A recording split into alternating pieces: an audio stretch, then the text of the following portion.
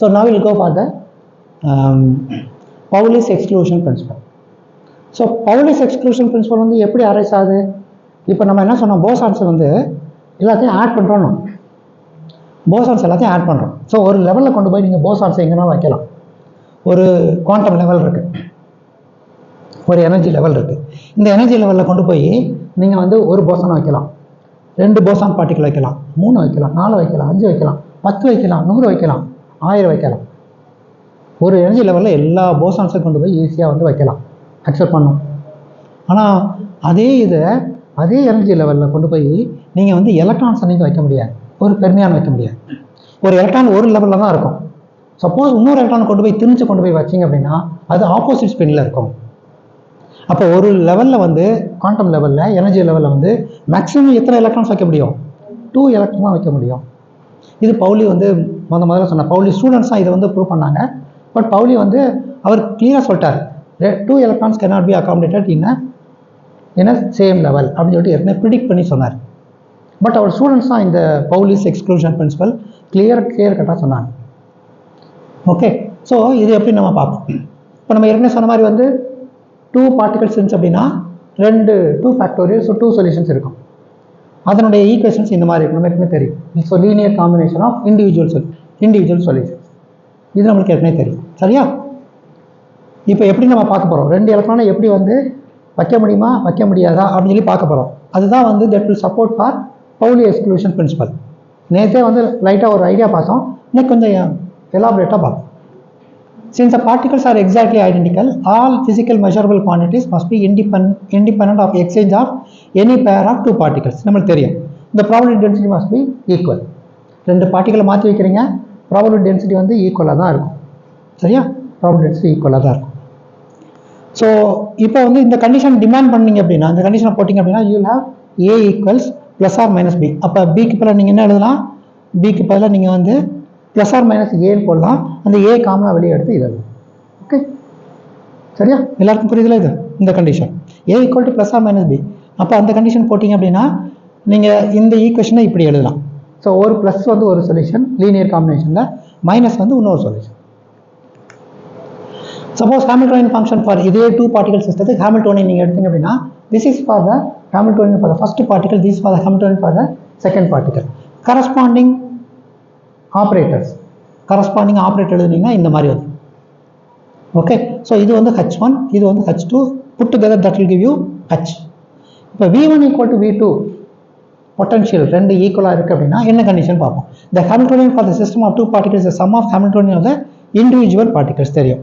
We assume that the identical particles do not interact even if they interact very small. Interact பண்ணாலும் ஸ்மாலாக இருக்கும், நம்ம achieve பண்ண போகிறோம். So in this Hamiltonian function of the 2 particle system, this energy eigenvalue is expressed as the product of eigenfunctions. இது நம்மளுக்கு தெரியும். So combined wave function வந்து எப்படி எழுதணும் அப்படின்னா அதனுடைய ப்ராடக்ட் ஆஃப் வேவ் ஃபங்க்ஷன் நம்மளுக்கு தெரியும். இதுதான் நான் சொன்னேன். Since the 2 particles are exactly identical, they are acted upon by the same force. Hence V1 must be equal to V2. So they have the same analytical form. It indicates that wave function belong to the same family. Okay, so இது வர 2 particle system. இப்போ நம்ம பிரிக்க போகிறோம். எப்படி பிரிக்க போகிறோம் அப்படின்னா இந்த சைக்கு பேர் நான் என்ன பண்ணுறேன், சை n1 போடுறேன். இந்த சைக்கு பேர் என்ன பண்ணுறேன், சை n2 போடுறேன். இந்த n stands for quantum numbers, principal quantum number, orbital quantum number, magnetic quantum number, string quantum number. So set of quantum numbers பிரிக்க போகிறோம். ஸோ இப்போ ஒரு எலக்ட்ரான் இருக்குது, ஆல் த 4 குவாண்டம் நம்பர்ஸாக நம்ம வந்து இந்த எண்ணை ரெப்ரசன்ட் பண்ணுது. முதல்ல எண் இல்லாமல் இருந்தது. அடுத்த ஈக்குவேஷனை பாருங்கள், n1 போட்டிருக்கோம். ஸோ ஃபர்ஸ்ட் எலக்ட்ரான் என்னென்ன குவாண்டம் நம்பர்ஸ் இருக்குது, அதான் n ரெப்ரசன்ஸ். என்னென்ன குவாண்டம் நம்பர்ஸ் இருக்குது for second. So set of quantum numbers, complete set of quantum numbers. So psi 1,2 வந்து இதே ஈக்குவேஷனை வித் செட் ஆஃப் குவாண்டம் நம்பர்ஸில் இந்த மாதிரி நீங்கள் எழுதலாம். கிளியராக இருக்கா? இது உங்களுக்கு புரியுதான்னு பாருங்கள். n stands for set of quantum numbers, set of 4 quantum numbers. இப்போ அது 8.71 முந்தின equation. So this equation describes the state in which the particle 1 is in the state described by the set of quantum numbers n1 and particle 2 described by set of quantum numbers n2. இப்போ நீங்கள் exchange பண்ணுறீங்க. upon exchange பண்ணீங்க அப்படின்னா that equation becomes psi of 1, 2 equal to plus or minus psi of 2, 1. So இது எப்படி இல்லைன்னா நீங்கள் இந்த மாதிரி வந்து நீங்கள் சைட் ஆஷ் 1,2 இதை நீங்கள் வந்து ப்ளஸ் ஆர் மைனஸ் போட்டு இதை தனித்தனியாக நீங்கள் வந்து எழுதலாம். So this is for psi 1,2 and this is for psi 2,1. எல்லாருக்கும் இது புரியுதான்னு பாருங்க. ஸோ ஏ முந்தின ஈக்குவேஷன் இந்த இருக்குல்ல, அதுக்கு முன்னாடி ஒன்று போட்டிருந்தா பார்த்தீங்களா, இந்த ஈக்குவேஷன். ஸோ இந்த ஈக்குவேஷன் தான் இங்கே இருக்கு 8.73. ஸோ இந்த ஈக்குவேஷனும் அந்த ஈக்குவேஷனும் ஈக்குவலண்ட்டாக இருக்குது. ஸோ நீங்கள் என்ன பண்ணியிருக்கீங்க, முதல்ல வந்து 1 and 2 தனித்தனியாக போட்டு ஒரு ஈக்குவேஷன் கண்டுபிடிச்சிருக்கீங்க. அதுக்கடுத்து என்ன பண்ணியிருக்கீங்க, செட் ஆஃப் கான்டன் நம்பர்ஸ் போட்டு நீங்கள் வந்து ஒரு ஈக்குவேஷன் கண்டுபிடிக்கீங்க.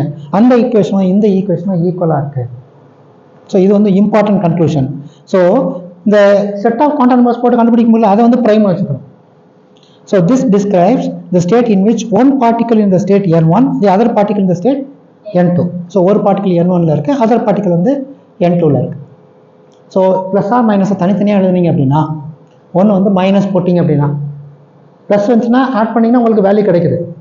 ப்ளஸ் போட்டோம்னா ரெண்டு வேவ் ஃபங்க்ஷனை ஆட் பண்ணால் உங்களுக்கு வந்து வேல்யூ கிடைக்குது. மைனஸ் பண்ணிங்க அப்படின்னா இதே மைனஸ் பண்ணுங்க, என்ன வருதுன்னு பார்ப்போம். இதுக்கு இதே நம்ம மைனஸ் பண்ணியிருக்கோம். So minus stands for antisymmetric, plus stands for symmetric.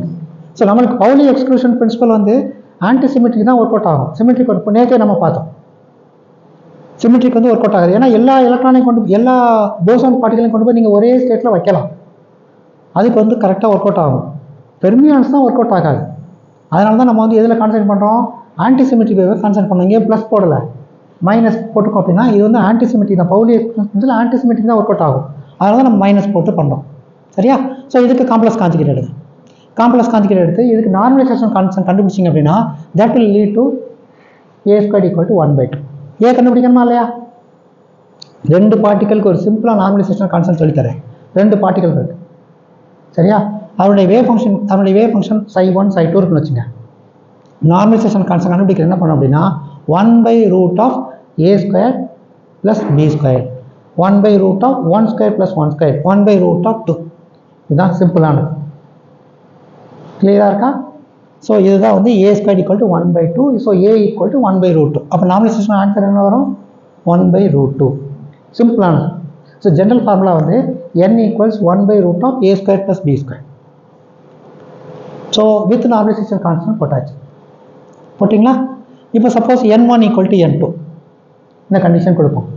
n1 equal to n2 அப்படின்னா எல்லா குவாண்டம் நம்பர்ஸும் சேமாக இருக்குன்னு கொடுப்போம். பட் பவுலிஸ் எக்ஸ்க்ளூஷன் பிரின்சிபல் என்ன சொல்லுது? no two electrons will have same quantum numbers. ரெண்டு எலக்ட்ரானுக்கு வந்து 4 4 குவாண்டம் நம்பர்ஸும் சேமாக இருக்காது. நம்ம வந்து அதை ப்ரூவ் பண்ண போகிறோம். n1 equal to n2 போட்டிங்கன்னா this equal to this அப்படின்னா இது 0 ஆயிடுது. அப்போ வந்து சான்சஸ் கிடையாது. இது 0 ஆயிடுது. 0 ஆயிடுச்சு அப்படின்னா வேவ் ஃபங்க்ஷன் 0 ஆயிருக்கு. பட் வேவ் ஃபங்க்ஷன் எப்படி 0 இருக்கும்? ஆர்கியூ பண்ணுங்க. வேவ் ஃபங்க்ஷன் வந்து இது 0 ஆயிருக்கு அப்படின்னா என்ன அர்த்தம் அப்படின்னா wave function particle will be there. என்ன அர்த்தம் அப்படின்னா இந்த ஸ்டேட்மெண்ட் வந்து தப்பு, ரெண்டையும் நீங்கள் மைனஸ் பண்ண முடியாதுன்னு அர்த்தம். மீனிங் வந்து அதுதான். ஸோ ரெண்டு பார்ட்டிக்கலை கொண்டு போய் வந்து ஒரே ஸ்டேட்டில் நீங்கள் போட முடியாது. சப்போஸ் நீங்கள் போட்டிங்க அப்படின்னா இந்த n1 n2 n1ல எத்தனை குவாண்டம் நம்பர்ஸ் இருக்குன்னு சொன்னோம் நம்ம? 4 குவாண்டம் நம்பர்ஸ். n2ல எத்தனை சொன்னோம் நம்ம? 4 குவாண்டம் நம்பர்ஸ். இந்த லாஸ்ட் குவாண்டம் நம்பர் என்னது? Spin quantum number. ஒன்று ஸ்பின் அப், இன்னொன்று வந்து ஸ்பின் டவுன் பட்டோம். ரிமைனிங் எல்லாம் சேமாக இருக்கும். அப்போ பாசிபிலிட்டி இருக்குது. ஸோ ஒரு லெவலில் கொண்டு போய் நீங்கள் 2 எலக்ட்ரான் கொண்டு போய் வச்சிங்க அப்படின்னா ஸ்பின் அப் ஸ்பின் டவுன் பட்டம் மட்டும்தான் வந்து ஒர்க் அவுட் ஆகும்.